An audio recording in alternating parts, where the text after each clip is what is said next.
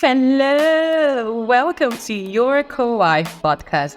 Your Co-Wife podcast is for young Christian women who are on a beautiful journey as wives, mothers, and professionals who are not ashamed to pattern their lives by God's word. This is for every woman who is ready to learn, share, and navigate through every season of her life. This is our very first episode, so please sit back, relax, and enjoy. Thank you for joining me. I have two amazing guests, Mrs. A and Mrs. Pollard. And it's such a privilege to have you guys here. Thank you so much for making our time. And we're going to be talking about something interesting and just go right into it. Happily ever after, navigating marriage expectations. And first of all, I'll just say, can you just tell me how long you've been married for? I'll go with Mrs. A. You go first. So, hi, Susan. Thank you for having me. First episode, this is going to be really exciting.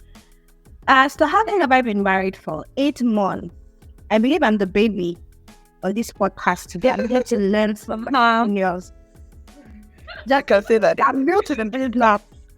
Exactly. Welcome on the one. So yeah, it's 8 months. Thank you. Okay. Miss Volandero, how many years? Give it to us. Hi, Susan.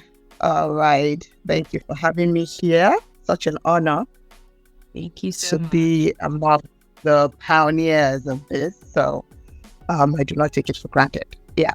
So I have been married for 11 years. Okay. Counting.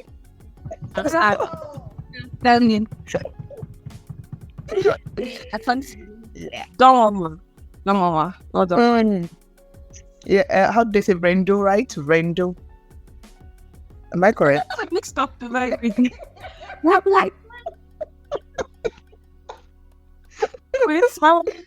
So let's go right into it. Happily ever after. We movie. So hold on, Susan. How long have you been married for? Exactly.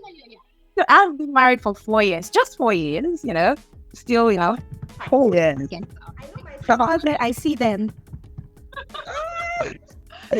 4 years is not just It's some time. It's been amazing 4 years.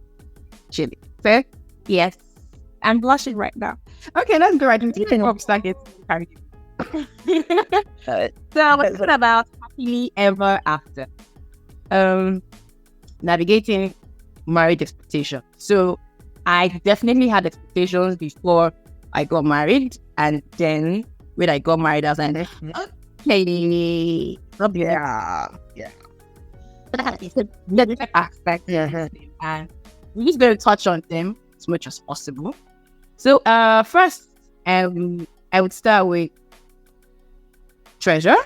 I'll call you Treasure just so that I don't keep mixing your name. All right, thank you. So, there's this talk about honeymoon phase and real life.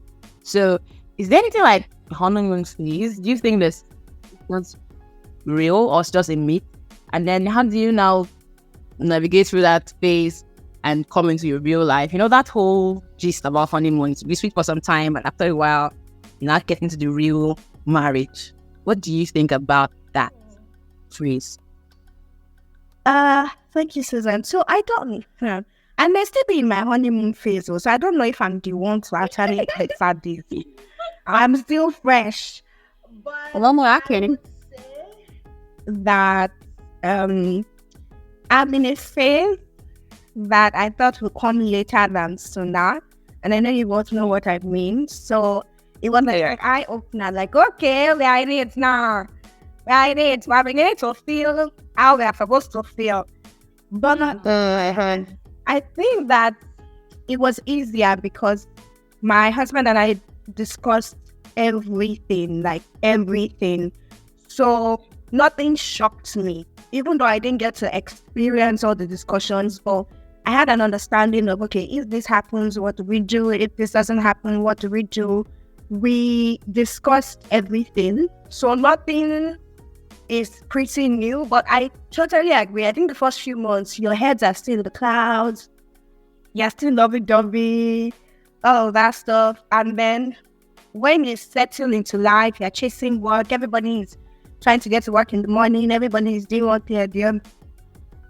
Yeah. Of finances, you're thinking of like goals for the next 5 years, you're chasing stuff and thinking, where should the money go? Your eyes are clear. You open. But I think that once you discuss it, like this is what we're going to do, by the time it comes to the ground, that's your English. So one day, Yeah. by the time I go, Over there. this is how we're going to manage it. And so you might forget what you said, because you know it's easier to say I'll do this, I'll do that. By the time you sleep, first to this, you forget all things that you do. But you can hold each other accountable to say, okay, babe, this is what we said we're going to do. If this comes up, this is how we discuss we're going to do things. And I think that documenting also helps. So if you write things down and you get to be in that place, you can say, okay, let's check back what we thought was best for this situation. Even if you need to make adjustments, it's easier that you already have a plan or nothing shocks you, because nobody will hear that it came to us as a shock. They'll ask that, man, you have a plan for it. So I think that it's not really a myth. Once you get into it first, you're still even doing breakfast in bed, you're still doing, you call each other 5 times a day during work. When I work, it's a day. As well, that kind of thing. So, and then that, you definitely find a balance. One day I'm fresh, so my head is still in the clouds, I think. And that maybe Mrs. Baradolo should share the 11 years span. Yeah, I think we have explain how it's before she goes ahead, I'd like to say that, so for you, Mrs. A, you feel that there is actually demarcation. There's some sort of honeymoon phase, and then real life begins to set. I totally agree with me. Oh, how about part? Wow. I think that it's an eye-opener. Let's not even, let's call it straight. Let me calm down. I think that taking in, open your eyes. Like, taking in, it's a complete different level of responsibility. You're not spending money you bargained for. You're doing tests you did not probably plan in your financial planning for the year. Everybody, when they get married, they say things like, oh, this first year, we're just going to love upon each other. Well, you're doing things that can make people carry a baby. So if you carry a baby, happy birthday to you. You're going to be spending money that you did not plan for. You're going to be feeling lovey-dovey all the time, particularly for the woman. So you'd have imagined pack breakfast, lunch, and dinner for him every day. And then by the time you take him, you're thinking, babe, I'm sorry. See, this is the place that you drive to today, like you want to stay. This is the place that you want to see today. I might not be able to do breakfast, lunch, and I have to find something that works. But I think discussing it reduces the shock, because the transition is very quick. Today, you don't know that you've taken in or that something has changed.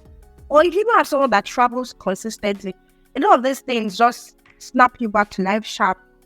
But some people are made from the beginning, or they don't talk about it. So I think that's also like another part to look at. But yes, so maybe we'll open your eyes. Okay. Yes. It does open your eyes. Honestly. Thank you. Okay, so Mrs. Vladimir, you go next. What do you think? What do you think feel like this? Okay, so Treasure pretty much said a lot, and from what she said, one thing I like to deduce is communication. It's very, very key. It's key to having a successful marriage. And the communication doesn't start after you get married. It starts way, way, way before you even start dating or courting. I feel like when you already know someone, and ladies, we pretty much know someone we are going to date. That's just the truth. We see someone and we already know in our heads, especially if the person is interested. We already know. So from that moment, you begin to have discussions that would, help eventually.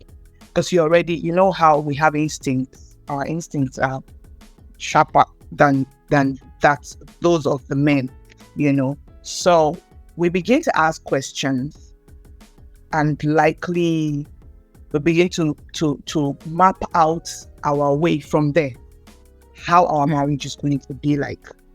And that's where I see most young stars fail.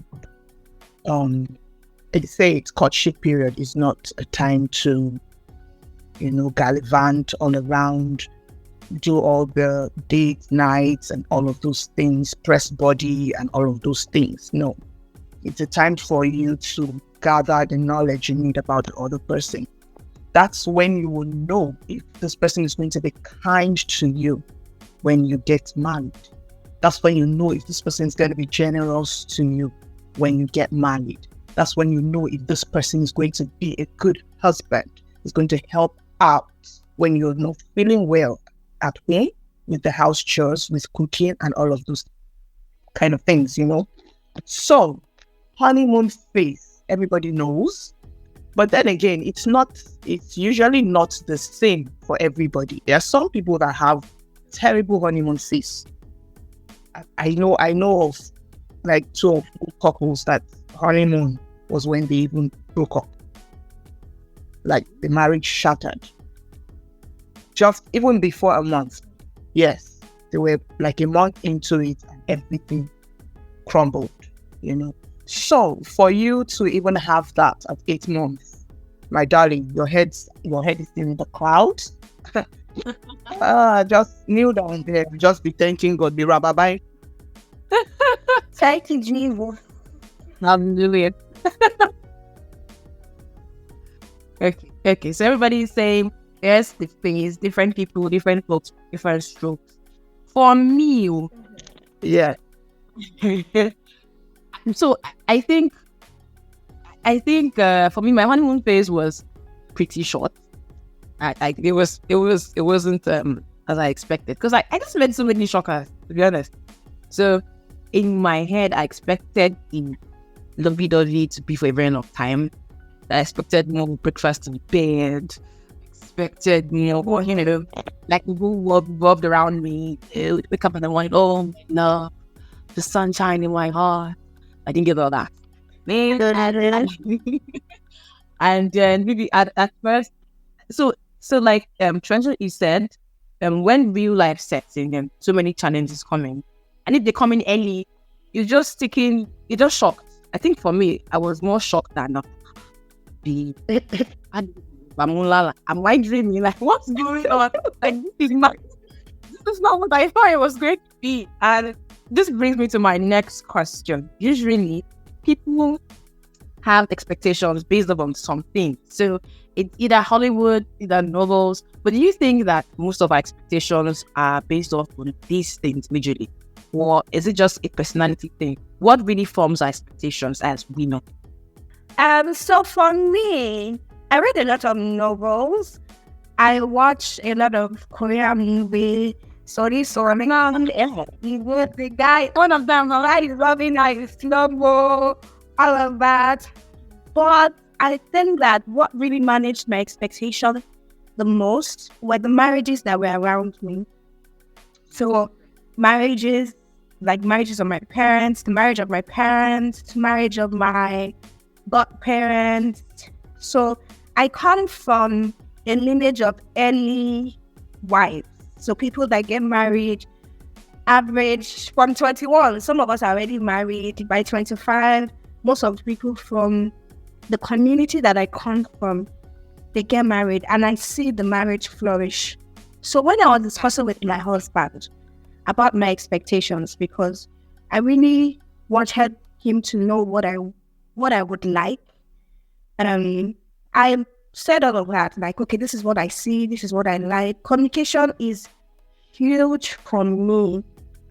And it's funny how nowadays communication is the underdog. So you find people hoarding information from their partners as if it's a competition of who can move in silence the most and all of that stuff. So I really put it on the table with my husband to say, please, sir, it's key to me that if someone says something about you, I know it. I'm gonna say, shut up, I know it. It doesn't matter how messy, quote unquote, it is. I just want to know that I know you more than everyone else and I can vouch for you. So that was one of the invitations that I had. And I thought that I would feel in love every time. Shocker! No, it's not true. They're not gonna think about every time. Like, you're going to love the person actively, but you're not going to feel it. There are times I've told my husband in the last 8 months, I don't like you right now. And he said it in good faith because I feel like it's part of the communication. Right now, you're not my favorite person. I don't use mean words, but I say it as it is. I don't want to talk to you right now. I don't want to have this conversation right now. I don't like you right now. You know, things like that. Initially, I expect, as we get into it, you know, when you're in the wake up, you know, all this Korean movies, you see love in the guy's head. It's not true. It's not sustainable. But waking up every day and choosing to love the person and the person not making you regret it is very, very important. And I feel like that was one of the things I asked for when we cutting. I'm like, I'm a vulnerable lover. Some people are, because they've been hurt so many times, they hold things to their chest. I'm not that girl. We have the conversation. The next minute, you will not believe that I was the person that was unhappy about something. However, it's like you just don't want to talk. There are days you are just exhausted. There are days everybody is busy, you know. Yeah. So that's why I think setting a structure for your marriage helps. If there is a structure, it's easier to say, okay, even days that we're busy, we have to check in. We have to text, we have to call. Even when you need to do stuff and if you're stepping out of the office, drop me a message that say, I'm going out. Because that's how the devil begins to build cracks in people's marriage. Somebody will say, I see you in bad song here.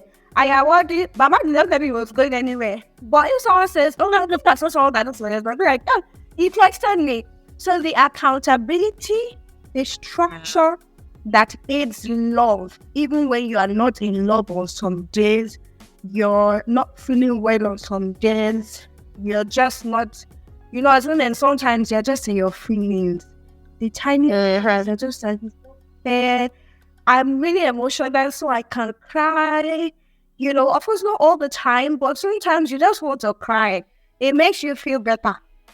I'm really confused because they discuss it, they have moved on. But if you can finish discussing today, so I don't know why I don't feel this way. I don't know why I can't. You cry. But I think that the expectation, I had it. I just tried to manage it. And it was easy because for every scenario I tried to paint to my husband to say, oh, if I come back from work, I expect that we'll go into the kitchen together to do the dishes and clean it. But I was on quick to say, I might be exhausted. I might not be able to do that for you. But we can get someone to do it.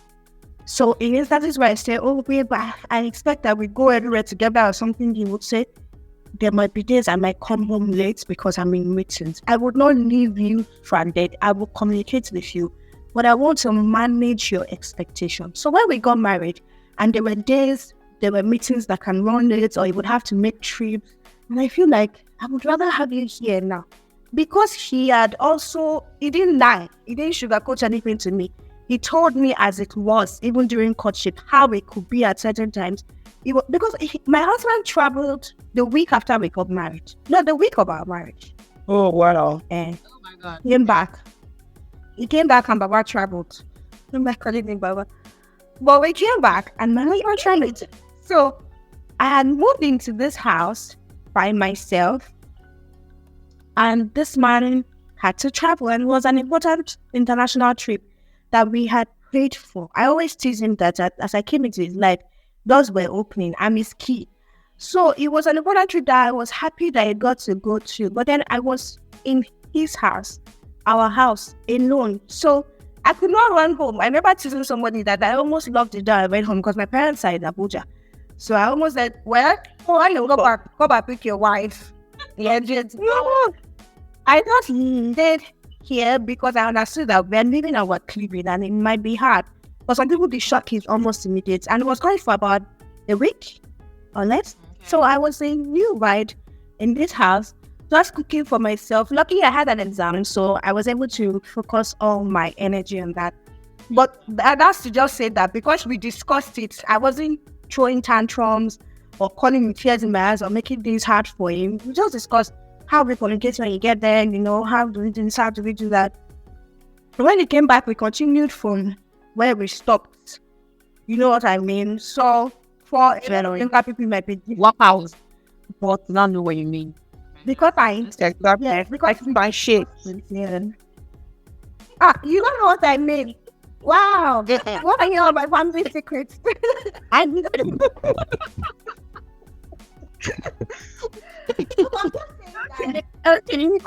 everything is discussed because everything is Yeah. and there's a part is easier to manage that. In a marriage where you and the person that are fighting for the same cause, you can be teammates in different countries, you can be teammates in different continents, but if you feel like you're on the same team with this person, it makes everything easy. I always say that it's not about the in love. The way you feel in courtship is not sustainable. Let's not even lie. Let's not try first, second, third months. You are not even feeling that way. Because by the time you have to wake up and clean in the house, you're already looking at the guy that why this socks here. All of that. He's looking at me this girl. So it's not sustainable, but a structure that allows love to thrive. Constant checking in, like I don't feel love. I don't feel like I felt when we were courting. I don't feel like you have my time as much. Like I'm very open to. Sometimes I just ask, like, how do you feel? What can I do better? Like, what's going on? What do you think I used to do that I'm not doing? And we just have that 1 hour, 2 hour conversation that just realigns because it's always a gradual drift. Before you know it, you're strangers. You are friends with other people outside more than your partner. So yes, expectations were there, but we discussed them. So, and when we feel like expectation is not matching reality, we call ourselves back to be like, listen this up. And then it's easier to just realize. I'm talking enough. If I hear you, so always talking. I know, I'm good. I hear you well. It's good to have expectations. It's just that you'll have to communicate and just kind of guard expectations so that you don't go overboard. Yeah. You don't mind the Korean man. True. I know what? I want to tell every Korean man. You're not marrying a Korean man. They're not even like that, let's be honest. And the truth is, right, but expectation. That's true. That some sort of. Yeah. Okay. So before you So for me, I just want to say something quickly about this. And this is me, so I don't lose my train of thought. And just to add to what Treasure said about expectations. For me, it was I got married, and in my head. So this is the thing. They actually also come from family upbringing as well. So in my head, and what I've heard from other couples as well. And like, see, when it comes to marriage, always give your husband sex. And sure, whether he was one night, just give it to him. Man, I do by sex. Blah, blah, blah. So I was like, okay, in my head, this man is going to be 24/7. Get now. And then I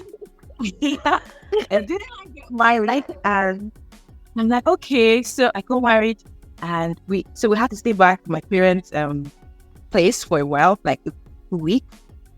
Yeah, because that's when we got married. So all moved back to Abuja. And then I'm like, okay, this is the wedding night. Okay, you're waiting for that. And I'm like, okay, yes, tomorrow night. And our guy is sleeping. I'm like, guy, you talk? I thought it's every day. And then the next day, and then he's like, his mind is somewhere else. And then I'm like, I'm waiting. So this is it now. I'm waiting because I feel like men should initiate it. You can just be like, babe, and then that's okay, babe, this time I should be the one like, you guys, enough now, let me rest more, that kind of thing. And like, 2 days, and like, it's just what this is. And like, oh God, I beg you, is there something wrong? I had to ask, like, is there something wrong? But I don't understand. Is it that I might not find it, but it was, and they're like, but then there was so much to do. Think about how to move back, how to move things, all those things kind of hits me. I'm like, so this is not how the honeymoon used to be. Do you get that? So that one really hit me first of all. Okay, I had to let me just, this is not what I bargained for. So I got to, and like you said, talking about it. So I'm the kind of person that gives the silent treatment. So I'll stop there though.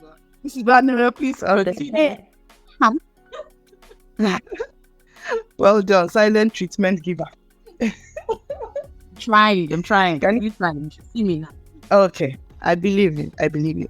Okay, so we all had expectations, and I also had my own expectations. So I read a lot of books as well, and I had this mindset of when we get married, it's all going to be cozy, like it's just going to be very easy. We'll just ease into it, and we'll be flying from one place to another, having candle dinners and all of that, just living our beautiful and blessed life. Like nothing, and it happened. Of course, we woke up to the reality of things. Yeah, so I had a most wonderful honeymoon, even though I did. Actually, I did. And he promised me that we'll have another one. Because even that one we had, he said it wasn't up to standard because he didn't really have money then. So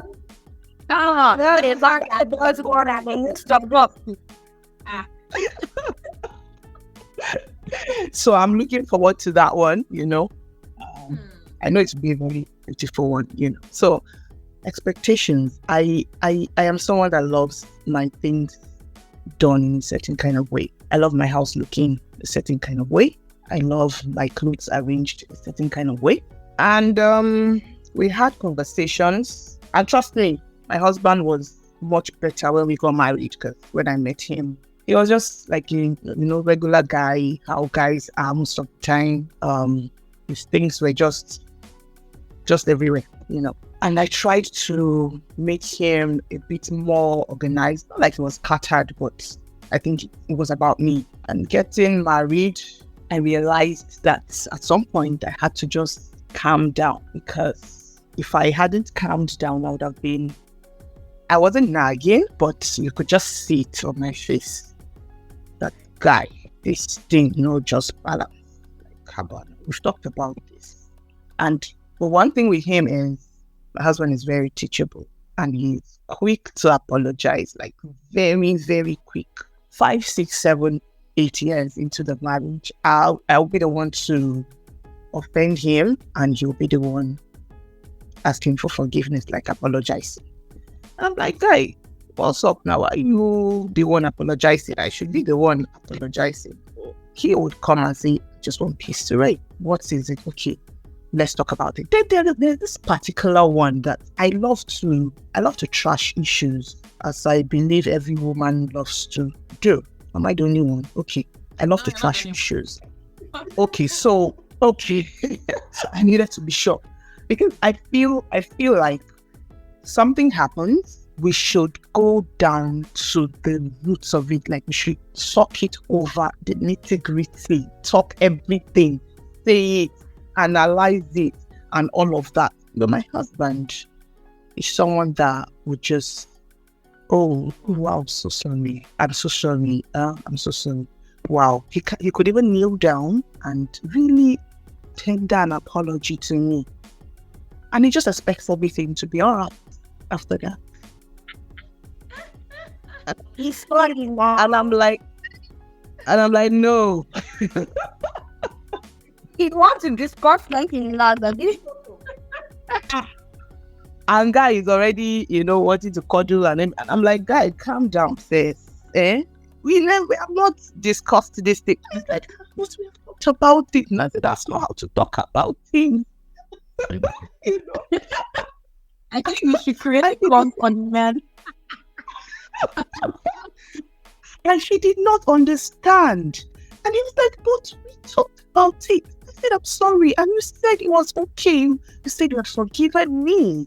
I'm like, yes, I forgive you. What? Let's talk about it. Talk. I said, what are we talking about? It's okay. See, we have. I said, no, we have not talked about it. But he gets it now. Yeah. I had to teach him how to do these things. And now that's the point. Marry someone that is teachable. marry someone that would allow you to talk freely with them, someone that would allow you to vent when you need to vent. But in our venting, can we be more respectful? Can we not talk down? Can we not be derogatory? Can we just say things as they are, not attacking the person per se, attacking the issues? So that's what helps me. And that for me was like, okay, it's not bad. We can actually talk about these things and find a solution to it. And when someone is teachable, they will always want to know, and it keeps getting better. So expectations about sex. Now that one. Okay, so hold on. Let's leave number 3. Yeah. Don't talk about Okay. That one is for that till end. We're going to discuss that one very well. That's my favorite part. So talking about so that we will know plenty. I know that's your favorite part. That's why I told you treasure. I said the treasure at the beginning. Treasure, wait now. I told you at the beginning that this one she's calling me senior. There are certain things that she's more senior than I am. So you'll get to know. Don't worry. Oh my God! Please, going forward, we're talking about conflict and discussion. And I know I mentioned that I could give the silent treatment because, like we were talking about environment, background. We're two different people coming together, so the different responses to different scenarios in time. And for me, once I'm offended, the first thing is because I try not to want to say things that I would regret saying much later. I first of all just go on lockdown. I just shut down, but I think that first of all is to make my husband out. I think that you don't talk when you're offended. I'm like, guy, why don't you know that I'm angry? Especially because you are the only human being here, me and you. Who else would make me angry? That kind of thing. But it's like you said, communication. So how do you communicate when there's a disagreement, there's conflict? And what do you suggest is the best approach to conflict, especially when it's just beginning or at any stage actually? Mrs. Biladero, go first. Then Trevor, you go next. Oh, okay. So